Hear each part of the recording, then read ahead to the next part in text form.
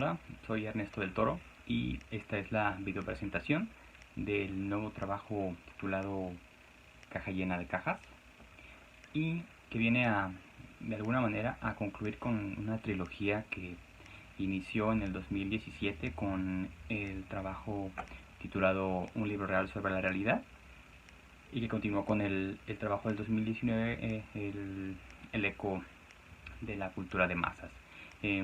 Estos tres trabajos tienen como base común historias de Edgar Allan Poe en las que yo podía identificar ciertos elementos eh, sociales y que, bueno, de alguna manera me daban cuenta de que se podía hacer algo de análisis con este tipo de historias, ¿no? Por ejemplo, el caso en el primer libro tiene como raíz la historia de la Esfinge, en la que era, bueno, la manera de cómo percibíamos el mundo a través de ciertos elementos particulares, ¿no? En este caso, un insecto a través de una ventana podía parecer enorme, contraponiéndolo con una montaña. De igual manera, algunos eventos que vemos en redes sociales pudieran extrapolar o significarnos algo más grande en el mundo de lo que realmente son, ¿no? En el segundo trabajo, el eco de la cultura de masas tiene como base la historia del hombre de la multitud, que era una persona que perseguía multitudes, ¿no? Y había una persona que estaba viendo a ese personaje y entonces también era una idea de cómo nos comportábamos frente a la masa y de alguna manera resolví hacerlo a través de el sujeto frente a las expresiones artísticas, ¿no? Y cómo nos relacionamos con las personas a través de eso. Y este último trabajo, bueno, es un poco más bueno, teórico en cuanto a que, bueno, hace uso de lo que es el análisis de discurso y que tiene como, bueno, como base también la historia del señor Valdemar, en donde un hombre moribundo es hipnotizado y este muere, pero continúa hipnotizado. Y entonces es una manera de comunicación entre los hipnotizadores y el cadáver, y se comunicaban con un ente que ya estaba fuera del cuerpo, o sea, no estaba ahí en el cuerpo, sino estaba fuera. Y entonces esto me daba una idea de cómo, o bueno, yo lo relacionaba con esta manera en cómo a veces eh, adoptamos ciertas palabras o ciertos discursos que no entendemos del todo, pero que los usamos, ¿no? Y entonces yo pensaba que usábamos palabras vacías y discursos vacíos, ¿no? Cuando realmente, conforme fui avanzando en el trabajo, descubrí que, bueno, no precisamente estaban vacías, sino que más bien estaban llenas de prejuicio, ¿no? Y entonces, a partir de esa realización, fue que el trabajo se encaminó hacia ese estilo, ¿no? de análisis, revisar el prejuicio que subyace en ciertas palabras y discursos que adoptamos. Y originalmente este trabajo se iba a titular Casa llena de cuerpos vacíos, haciendo tal cual una referencia directa al libro, a la historia de Edgar Allan Poe. Pero bueno, después de este cambio de enfoque, lo decidí titular Caja llena de cajas. Y la razón era que primero, bueno, había que, o lo que hice fue analizar, ir del análisis de las palabras a los discursos, a los contextos, ¿no? Y entonces era una especie de abrir una caja y encontrarte con otra caja, ¿no? Es decir, hay discursos que están hay palabras que están dentro de discursos que están dentro de contextos, que están dentro de una cuestión, ámbitos políticos que están adentro de otros contextos, ¿no? Y entonces fue así una idea, una cuestión lúdica para titular así a este trabajo. Y así es como surge pues esta conclusión de esta trilogía Allan Pausiana, por decirlo de alguna manera, y que a cada capítulo de manera también lúdica titulé Caja, ¿no? Como una especie de ir abriendo cajas mientras se va leyendo, y vamos a hablar de lo que contiene cada una de estas cajas, ¿no? En la primera caja vamos a encontrar un análisis de cómo se adoptan ciertas palabras que vienen, que proceden, vaya, de ámbitos tanto académicos como científicos o incluso de, de los medios de comunicación, ¿no? Por ejemplo, la televisión. Se hace un análisis de cómo estos conceptos eh, se forman parte de la comunicación cotidiana, del léxico diario de las personas, y cómo a veces pudiéramos no entenderlos del todo, pero que de alguna manera nos hacen sentido y entonces encontramos una explicación o un valor, ¿no? Eh, la idea principal es que, bueno, que no los entendíamos del todo, pero bueno, entonces al entender que están llenas de prejuicio, no pierden sus propiedades comunicativas, ¿no? Es decir, no porque no las entendamos y las usemos de manera diferente, dejan de funcionarnos, porque de alguna manera escuchamos que se habla de, no sé, de comunismo, por ejemplo, ¿no? Y entonces, sin lograrlo entender del todo, o no quedarnos muy claro, eh, suponemos o sabemos que, bueno, que no es algo bueno, ¿no? Y entonces que un presidente sea comunista, pues por supuesto que nos va a ahuyentar, ¿no? Y poner alerta. Entonces, más allá de que se utilice bien el término o se comprenda del todo, nos comunicamos, ¿no? Nuestro sentir y el prejuicio que pudiéramos tener acerca de, de ese sistema, ¿no? De gobierno. Y igual también pasa con conceptos económicos, filosóficos, incluso médicos, los que se adoptan y bueno, no los comprendemos del todo y estamos haciéndolos parte de nuestra vida cotidiana, ¿no? Y que bueno, es el prejuicio el que subyace dentro de toda esa cuestión.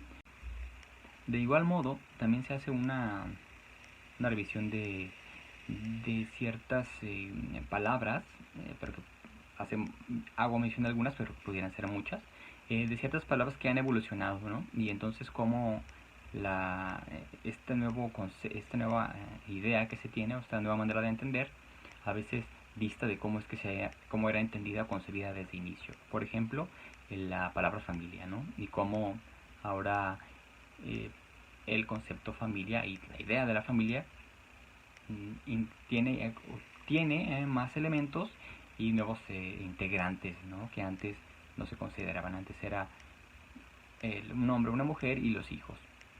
Ha evolucionado hasta a diferentes tipos de familia hasta la actual, que bueno, son personas y sus hijos o no hijos, ¿no? Pudieran ser incluso personas del mismo sexo. Y entonces hay una especie ahí de disputa entre los que defienden un concepto o el concepto anterior y el nuevo, ¿no? Y entonces es este tipo de revisión que se hace de los conceptos y cómo evolucionan y cómo hay quien los acepta y cómo quien los rechaza. Lo mismo con por ejemplo, el bullying, ¿no? Que antes, si bien hay argumentos que dicen que ha existido durante toda la vida, bueno, sí, pero también hay nuevos elementos que aportan al fenómeno del acoso escolar.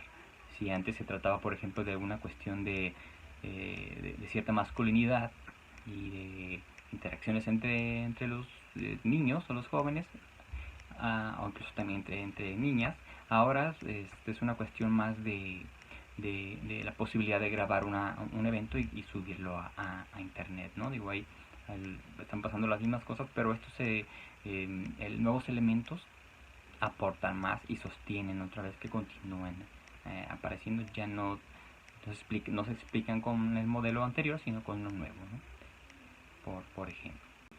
También se hace una breve revisión de cómo también los medios de comunicación crearon ciertos conceptos que fueron adoptados, ¿no? por la población.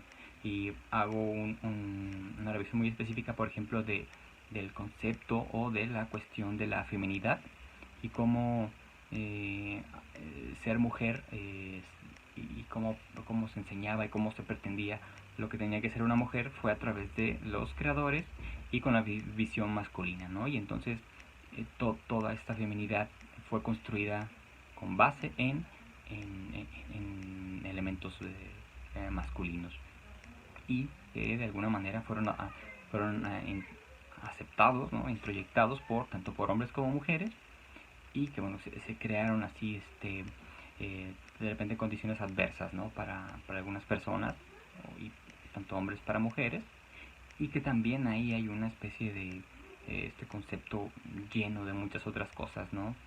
Además del entendimiento, un prejuicio. En la caja número 2 hablamos acerca de los discursos. Al igual que con las palabras, también se adoptan ciertos discursos, pero que si bien legitiman nuestro prejuicio, también tienen un elemento legitimador externo. Es decir, hay políticos, celebridades, incluso personalidades de internet, ¿no? Que de alguna manera pueden soportar nuestras creencias por lo que ellos mismos lo están diciendo, ¿no? Y entonces los dichos de un presidente pudieran provocar ataques xenófobos, ¿no? No porque las personas no pensaran así, o no porque no lo fueran a hacer, incluso aunque el presidente no lo dijera, pero bueno, cuando el presidente lo dice, hay una justificación, ¿no? De decir, yo actúo así porque, bueno, el presidente también está de alguna manera de acuerdo conmigo. Si bien no todos van a proceder conforme a su prejuicio o conforme a lo que diga alguna figura pública, no todos, sí hay personas, ¿no? que pueden causar daño a ciertos sectores de la sociedad. Hay legitimadores externos, ¿no? que nos empujan o nos incitan a hacer ciertas cosas. También la caja 2 finaliza con una especie de revisión de cómo es que se pretende hacer el análisis del lenguaje corporal. Y si bien el lenguaje corporal es una materia que tiene sus fundamentos teóricos y prácticos también, y experimentales, se ha echado mano de este tipo de saberes para, bueno, cuestiones de imagen, ¿no? De la imagen personal y lo que quieres proyectar, y hay análisis del lenguaje corporal de los presidentes y de personalidades políticas o de cualquier persona, ¿no? Y estos saberes se popularizan, y entonces se intenta desde esa popularidad hacer, bueno, hay personas que se dedican a hacer ciertos análisis, ¿no? Ya no de personalidades, sino de las personas con las que conviven, ¿no? Y que al intentar entenderlas conforme cómo se mueven y cómo hablan, pudieran caer también en errores, ¿no? Porque no es un manual inamovible, no es una religión, y entonces si alguien volteó para la izquierda o para la derecha, me está mintiendo o me está tratando de mentir. Y si alguien me está fijando directamente, me está mirando directamente y fijamente, quiere decir que está intentando mentirme, ¿no? Entonces son cosas que pudieran escapar a las situaciones subjetivas de cada individuo, ¿no? Si bien son principios que han logrado mantenerse dentro del ámbito del análisis de la corporalidad, si pudieran distar al momento de que se intenta hacer, ¿no? Y entonces una persona que está nerviosa o asustada pudiera estar actuando como si estuviera mintiendo, cuando en realidad pues solo está nerviosa, ¿no? Entonces acá hay también en errores que podían ser muy amateurs cuando eso pasa, ¿no? Y que también dificultan el entendimiento entre las personas. En la caja 3 hablamos del contexto y lo intentamos definir de una manera sencilla, pero contemplando o ayudándonos de las diferentes definiciones de algunas otras materias, ¿no? De algunas otras disciplinas, y lo intentamos lo intento de alguna manera simplificar para que nos ayude, ¿no? Con el objetivo pues del libro. Entonces, el contexto lo vamos a entender en el libro como un entorno físico específico, macrosocial o microsocial, y modos específicos de entender lo que se dice y se escribe o se lee, con orden, turnos y jerarquías al momento del hablar, ¿no? Eso pudiera ser muy general, pero que bueno, al desarrollarlo en el libro se entiende, ¿no? Una especie de lugar y también que influye la manera en cómo de quién está participando y de qué se está hablando, ¿no? Esa es una definición muy general, pero con lo que creo que nos ayuda con el libro. También, además de que el contexto como lugar físico, incluso también digital, más adelante se habla de eso, de contextos digitales, también la misma conversación se puede convertir en un en un contexto, ¿no? Por ejemplo, pudieran estar dos estudiantes dentro de un salón de clases escuchando la clase de matemáticas y estar hablando de algún evento que ocurrió el día anterior y que pudiera ser gracioso, dramático, incluso romántico, ¿no? Y entonces el contexto cambia de una situación de aprendizaje a otra cuestión, ¿no? Entonces empiezan a sentir cosas y a pensar cosas que tienen que ver con la conversación más que con el contexto o lo que está diciendo el profesor en clase, ¿no? El libro también avanza llegando al punto en el que se habla de contextos que generan discursos y discursos que generan contextos, ¿no? Es decir, contextos dentro de un mismo contexto. Esto es, con ejemplos hablo acerca de cómo a veces hay lugares específicos en los que ciertos discursos se pudieran aceptar como reales que generan otro tipo de interacciones.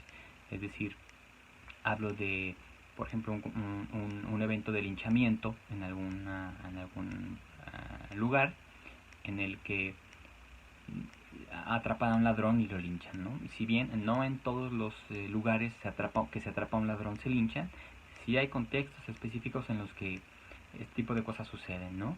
Y suceden porque se dicen cosas que igual pudieran a veces no ser verdad, pero que conectan con un antecedente real y que generan estos contextos peligrosos, ¿no? Y también actualmente con la cuestión de la pandemia, revisó un caso también acerca de cuando algunos algunas personas ingresaron a la fuerza a un hospital porque bueno, se decía, ¿no?, que estaban inyectando algo a los pacientes y que estaban muriendo, ¿no? Y entonces el contexto mundial provocó que ese dicho que en otros momentos pudiera parecer absurdo, en ese momento conectaba, ¿no?, o significaba algo, una posibilidad de realidad, y entonces bueno, ingresan al hospital y graban, ¿no?, los lugares en los que estaban, las bolsas con cuerpos, y eh, se cuestionaban, ¿no?, a los doctores y doctoras que por ahí pasaban, y el silencio de estos, bueno, confirmaba de alguna manera que efectivamente estaban inyectándoles algo, ¿no? Entonces, a esto me refiero con los contextos que generan discursos que generan contextos. Ahí está todo relacionado para que pueda pasar, ¿no? Digo, no en todos los lugares sucede, pero no, hay discursos que una vez que se aceptan como verdad, pueden crear contextos de riesgo, ¿no?, o peligrosos. Para la caja 4 hago énfasis en la política y en lo político, desde el aspecto en que todas nuestras opiniones, incluso las más personales que consideramos que tenemos, son o tienen su soporte en alguna fuera de nosotros, ¿no?, en alguna institución o algún colectivo. Es decir, lo que creemos como nuestras opiniones más personales e íntimas están fuera de nosotros, soportadas por instituciones, ¿no?, por organismos. Darnos cuenta y sin darnos cuenta, perdón, nos confronta también directamente con nosotros. Esto es a lo que se refiere con la distinción de la política y lo político. La política como un mecanismo de control y organización de la sociedad, y lo político es como aquello que nos convierte en antagonistas de otras personas, ¿no? Es decir, cuando nuestros valores o nuestros comportamientos están soportados por agentes externos y que tienen su contraparte también con otras personas también representadas por organismos o por instituciones, ¿no?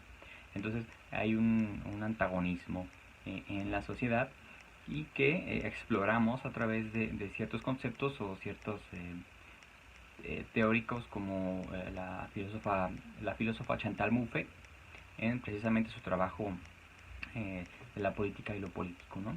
Entonces hay una disputa, incluso sin que nos demos cuenta, al momento de estar sentados en la cena con otras personas, cada que damos una opinión hay alguna especie de confrontamiento, ¿no? Incluso aunque no nos demos cuenta. Esta cuestión de la política y lo político también tiene de cierta manera, bueno, no de cierta manera, definitivamente tiene repercusiones en la vida de las personas, ¿no? De manera real. Y con ejemplos de alrededor del mundo, intento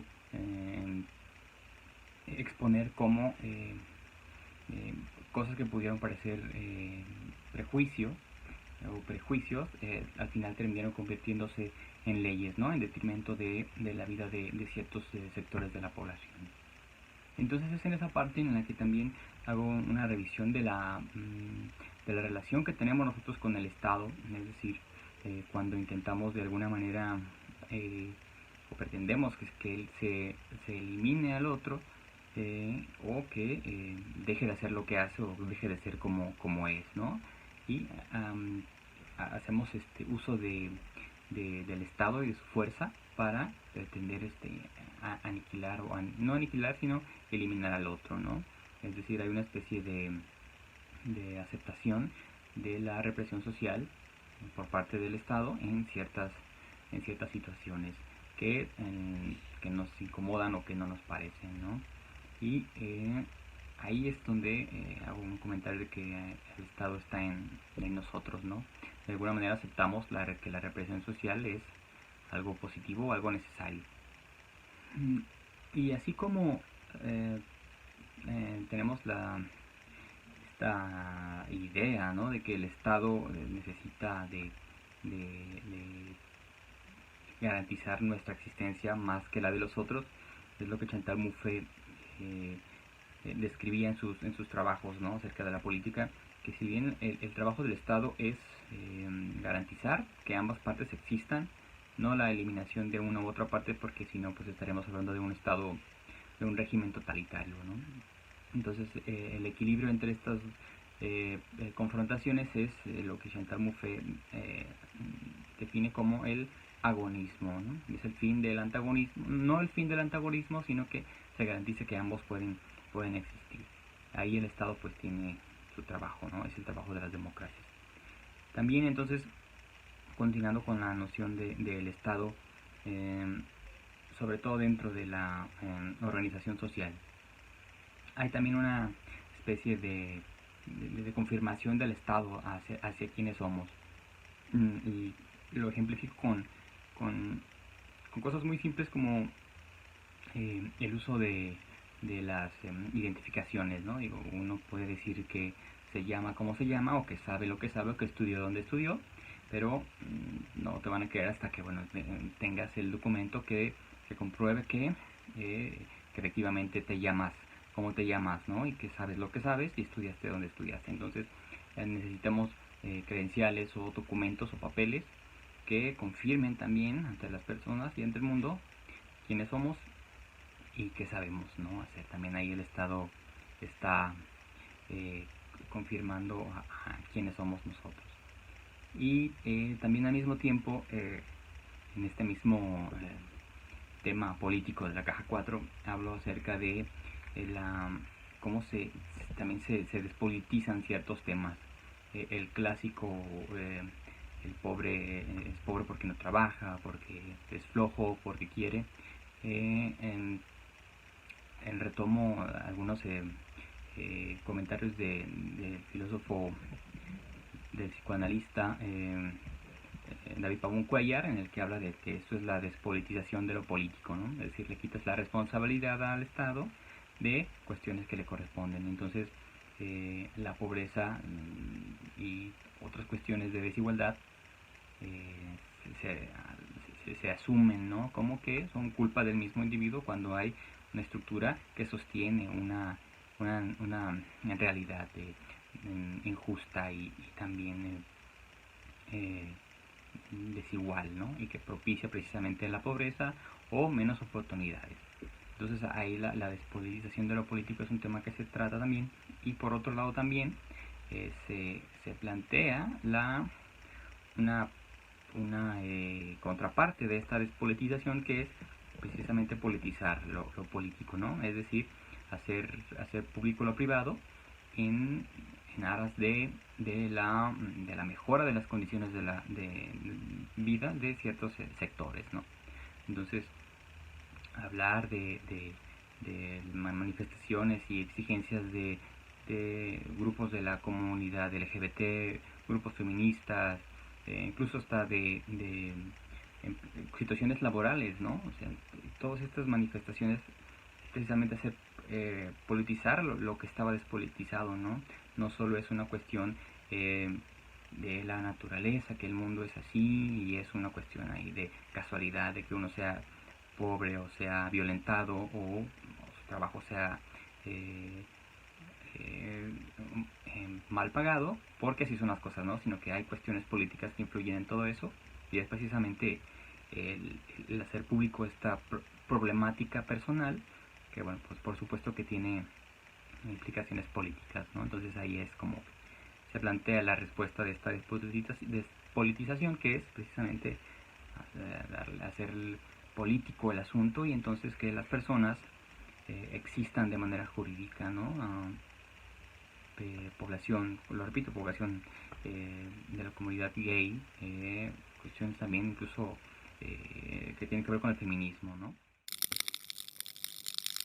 La caja 5 continúa con el análisis de ahora de los contextos digitales, es decir, se entiende que dentro de el internet, dentro de las redes sociales, cada una representa un contexto en sí mismo, ¿no? Es decir, hay maneras de entender y de decir las cosas, y que pudiera no compartir su significado con otras redes sociales, ¿no? Es decir, hay un contexto dentro del contexto digital, hay otros contextos digitales en el que se deben entender las cosas de cierta manera, ¿no?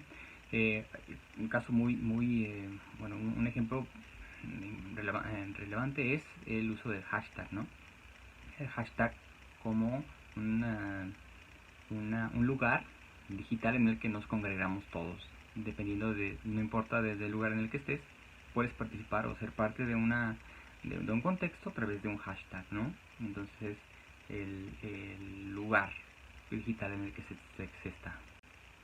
Es dentro de las redes sociales donde noto que se pretende hacer una especie, o no se pretende, se hace un ejercicio de análisis de lo que dicen los demás, pero que siempre tiene una especie de tinte de confrontación más que de entendimiento, y lo podemos notar en un exceso o un análisis con un exceso de racionalidad, ¿no? Es decir, dentro de una discusión que es muy común que haya en redes sociales, se intenta denostar al otro por algo que escribió mal, o por una palabra una letra que cambió, algún concepto que utilizó mal, ¿no? Es decir, hay un exceso de lógica, se pierde el sentido de lo que de lo que el otro quiso decir, y se utiliza este análisis que se hace de lo que se dice con exceso de lógica, dejando de fuera otros elementos de la comunicación, ¿no? Elementos metalingüísticos como sí, la corporalidad, la entonación, incluso hasta las pausas, ¿no? Y la forma en que se dice. Por eso es muy difícil entender un sarcasmo en redes sociales, o entender que era una broma o alguna cuestión retórica, ¿no? Se ve disminuida esa capacidad porque, bueno, por por la misma naturaleza de las redes sociales, que es escribir, ¿no? Escribir las redes sociales nos obligan a saber escribir y a saber leer, es decir, uso de puntuación, ¿no? Incluso de lo más básico, y también de capacidad de análisis o de comprender un texto. Pero bueno, eso es en teoría, porque realmente la misma prisa de los tiempos actuales no nos permiten incluso a veces entender del todo bien, ¿no?, lo que se está diciendo, y entonces esta disputa continúa. Algo que se presenta mucho es esta especie de lucha a la que Johanny Olave define como la erística, es decir, el arte de mantener una disputa, no ya de ganarla, sino de mantener una disputa, ¿no? Y la erística se la define o la utiliza Johanny Olave con estos ejemplos de la discusión social, en la que además de estar hablando de ciertos temas, las personas hacen uso de otros disciplinas o otros términos o de cosas paralelas o incluso ajenas a la discusión, pero que bueno, se utilizan para intentar hacer caer al otro en algún error o vencerlo de alguna manera, ¿no? Digo, cosas muy tangentes que pudieran no tener relación, pero bueno, que se atiborra de información la discusión, y entonces ahí está el arte de la disputa, ¿no? Que finalmente no hay ganadores, simplemente gana el que sostuvo la discusión hasta el final, ¿no? Es una manera de ver estas interacciones conflictivas en redes. Algo que también es muy recurrente en redes es cuando hablamos del enojo, o de que alguien se ofendió por algo, se sintió triste por algo, ¿no? Se descalifican también las emociones del interlocutor, y bueno, esas emociones se descalifican, entonces es un elemento para decir que el otro está equivocado, ¿no? Que se enojó porque sabe que no tiene la razón, o que está triste por eso, ¿no? Pero hay una contraparte, que es precisamente cómo se elige decir las cosas. Cuando se elige de hablar con agresividad o con ofensas, por supuesto que las formas tienen un peso también fuerte en lo que se dice, ¿no? Hay análisis del discurso que bueno, también hacen referencia a que muchas veces el significado está fuera de lo que se dijo textualmente, ¿no? Es decir, hay una intención, y esa intención es la forma. La forma da también nos da o nos provoca sentir ciertas cosas. Lo que describía Pablo Fernández Christiev, ¿no?, en un trabajo en el que bueno, no es el significado literal, sino la intención, y las formas nos hacen sentir estas sentir cosas, ¿no? Esta caja termina con comentarios acerca de cómo hay una especie de disminución de la capacidad de la resolución de conflictos en la vida cotidiana, y esto lo podemos ver por todos estos videos virales, ¿no?, donde una persona pierde el control porque no le quisieron vender una pizza, o porque no dejaron entrar a alguien porque no traía cubrebocas, ¿no?, al supermercado. ¿Sí? Entonces vemos estos conflictos que son muy comunes y que están todo el tiempo en todas partes, pero que parece que no hay una voluntad, ¿no?, sobre todo de las empresas o de los funcionarios o trabajadores de estas empresas a solucionar el problema, ¿no? Es una respuesta tajante, y que no hay espacio pues para llegar a un acuerdo, ¿no? Y entonces vemos estos videos donde todos pierden el control y golpean y rompen, porque pareciera pues que no hay nadie ya con la disposición, ¿no?, de resolver una problemática que pudiera ser, ¿no?, algo tan común y cotidiano.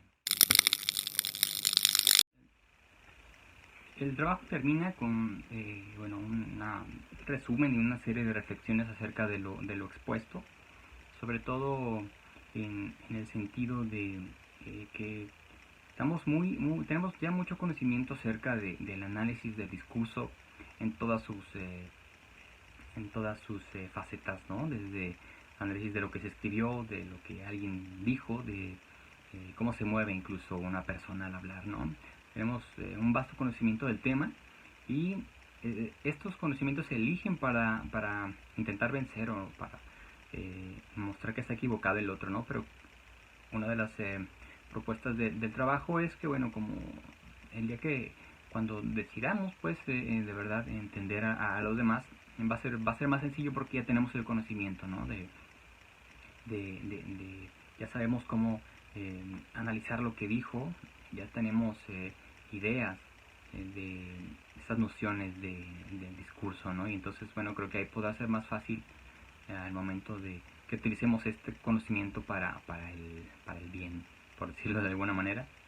Y también se concluye con esta noción de que, bueno, hay que actualizarse también y sobre todo en cuanto a las nuevas palabras y los nuevos discursos que los que se crean y los que se van desechando, ¿no? Porque, bueno, eso nos va a dar la herramientas y la capacidad de entender al mundo que está en constante cambio, ¿no? Y no dejarnos varados en un lugar incomprensible. Eso es las consideraciones finales que creo que, bueno, eh, se cumplen en el trabajo. Manejo cierta bibliografía y con un marco conceptual bien definido y explicado, que creo que evita pues de repente confusiones, ¿no? Al momento de saber desde qué disciplina se está usando algún concepto. Y bueno, creo que es un trabajo ameno que, que sirve, la intención es, bueno, que sirva como de reflexión para personas que tienen el conocimiento del análisis del discurso, que trabajan analizando lo que dicen los demás, o incluso también para personas pues que tienen otra formación, pero que en su vida cotidiana, bueno, pues claro que interactúan con otras personas, ¿no? Es algo normal. Y sí, es la idea del trabajo. Espero que lo disfruten y alguna duda, alguna consideración, pues claro que me la pueden hacer a través de mis redes sociales o cuando me vean por ahí, porque pues todo es refutable y bueno, este trabajo claro que también puede refutarse y cambiar incluso, ¿no?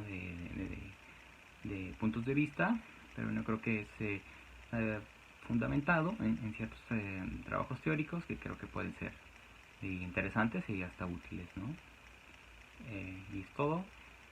Muchas gracias y pues por ahí seguimos en comunicación a través de las redes sociales. Adiós.